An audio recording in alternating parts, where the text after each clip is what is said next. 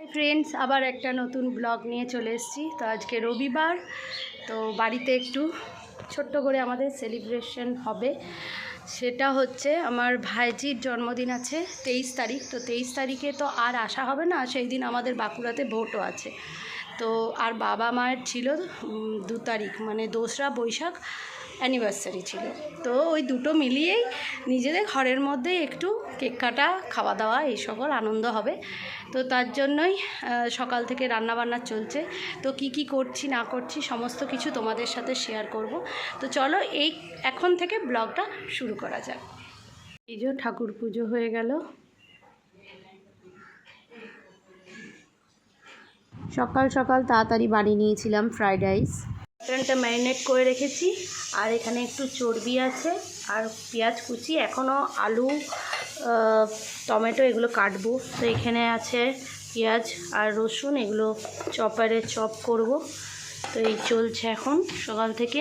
আমার mutton ready. এই যে সব পনিরের তরকারি, ফ্রাইড রাইস আর মাটন।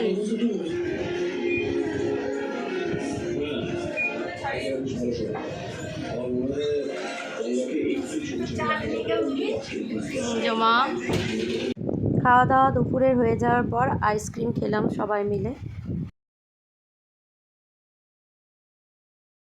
তো দুপুরে খাবার খেয়ে শুয়েছিলাম, এখন সন্ধে হয়ে গেছে। আর ঠাকুরকে ঠান্ডা ভোগ দেওয়া হয়েছিল, ছোলা, বাতাসা, বেলের শরবত, তরমুজ এই সকল দেওয়া হয়েছিল। তো সেই সকল আমরা একটু করে খেলাম। দিয়ে এখন হবে রাত্রে আলু পোস্ত। তো তার জন্য এখন মা কাটবে, দিয়ে এখন আলু পোস্ত করবে। তো চলো বাকিটা কি করছি তোমাদের সাথে পুরো শেয়ার করব। বিকেল বেলাতে একটু ডেকোরেশন করা হয়েছিল, বাড়ির সবাই মিলে একটু বেলুন দিয়ে সাজানো হয়েছিল, ওই ভাইজি একটু কেক কাটবে বলে। বাবু আর চর্দি ভাই দুজন মিলেই এই গিফটগুলো বর্দি ভাইয়ের জন্য রেডি করেছে। তো যখন খুলবে তখন তোমাদের সাথে আবার শেয়ার করব। এই যে কেক রেডি, কেক এবারে ভাইজি কাটবে।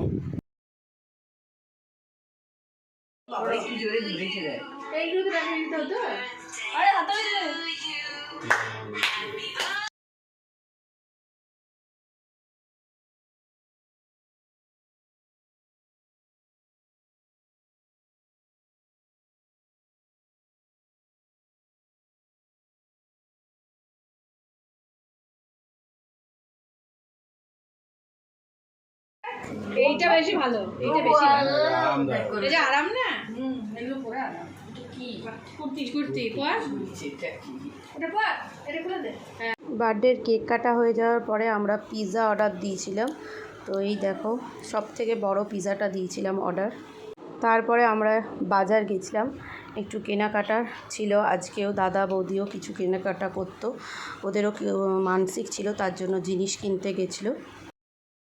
আমাদের খাওয়া দাওয়া হয়ে গেছে, আইসক্রিম খাওয়া হলো। তারপর এবার সব নিজের এখন পড়াশোনা নিয়ে গল্প হচ্ছে। তো এরই সাথে ব্লগটা শেষ করছি। তোমাদের যদি কিছু ভালো লেগে থাকে তোমরা লাইক, কমেন্ট, শেয়ার এবং সাবস্ক্রাইব করো।